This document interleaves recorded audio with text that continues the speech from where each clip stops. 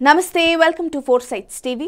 దళిత గిరిజన బహుజనులకు ఎలాంటి అన్యాయం జరిగినా తక్షణం స్పందించి వారికి న్యాయం చేసేందుకు అన్ని వేళలా ముందుంటారని జాతీయ ఎస్సీ కమిషన్ సభ్యుడు వడ్డేపల్లి రామచందర్ చెప్పారు. జాతీయ ఎస్సీ కమిషన్ సభ్యుడిగా నియమితులయ్యాక తొలిసారిగా సొంత గ్రామం పెద్దపల్లికి వెళ్తున్న ఆయనకు సిద్దిపేటలో బీఎంఎస్ రాష్ట్ర అధ్యక్షుడు కలాల్ శ్రీనివాస్, నాయకులు రాజిరెడ్డి, కొండలరెడ్డి, మల్లేశం తదితరులు ఘనంగా స్వాగతం పలికారు. ఆయనను సన్మానించారు. ఈ సందర్భంగా ఏర్పాటు చేసిన మీడియా సమావేశంలో దక్షిణాది రాష్ట్రాల ఎస్సీ కమిషన్ డైరెక్టర్ సునీల్ కుమార్తో కలిసి పాల్గొన్న వడ్డేపల్లి రామచందర్ మాట్లాడుతూ దళిత గిరిజన బహుజనులకు సహాయ సహకారాలు అందిస్తూ వారి అభ్యున్నతికి కృషి చేస్తానని చెప్పారు. దేశవ్యాప్తంగా 3 సభ్యులు మాత్రమే ఉండే కమిషన్లో తనకు అవకాశం కల్పించినందుకు ప్రధాని నరేంద్ర మోడీకి, రాష్ట్రపతి ద్రౌపది ముర్ముకు ధన్యవాదాలు తెలిపారు. షెడ్యూల్ కులాల మెంబర్గా నాకు ఎంపిక చేసినందుకు నరేంద్ర మోదీ గారికి, రాష్ట్ర పార్టీకి మరియు మా యొక్క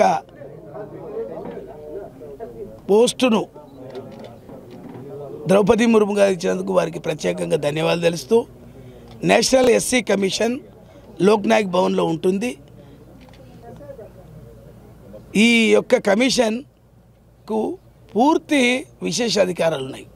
ఎస్సీ ఎస్టీలకు ఏదైనా మర్డర్లు కానివ్వండి, భూముల సమస్యలు కానీ, వాళ్ళకి ఏదైనా అన్యాయం జరిగితే కమిషన్కు పూర్తి విశేష అధికారాలు ఉన్నాయి.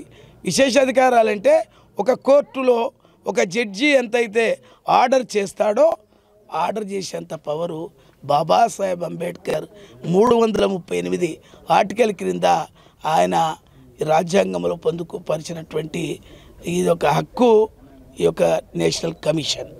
కాబట్టి దళిత సోదరులు, హరిజన గిరిజనులు మనకు ఏదైనా సమస్య వస్తే లోక్ నాయక్ భవన్లో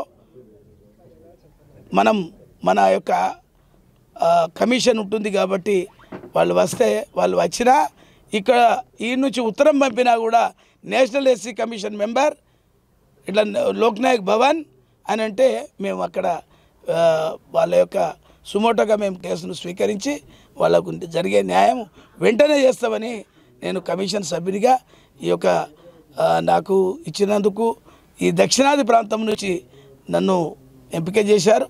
కాబట్టి అందరికీ కూడా కృతజ్ఞతలు తెలుస్తూ నేను దళితుల సేవ చేయడానికి సిద్ధంగా ఉన్నానని మనవి చేస్తున్నాను.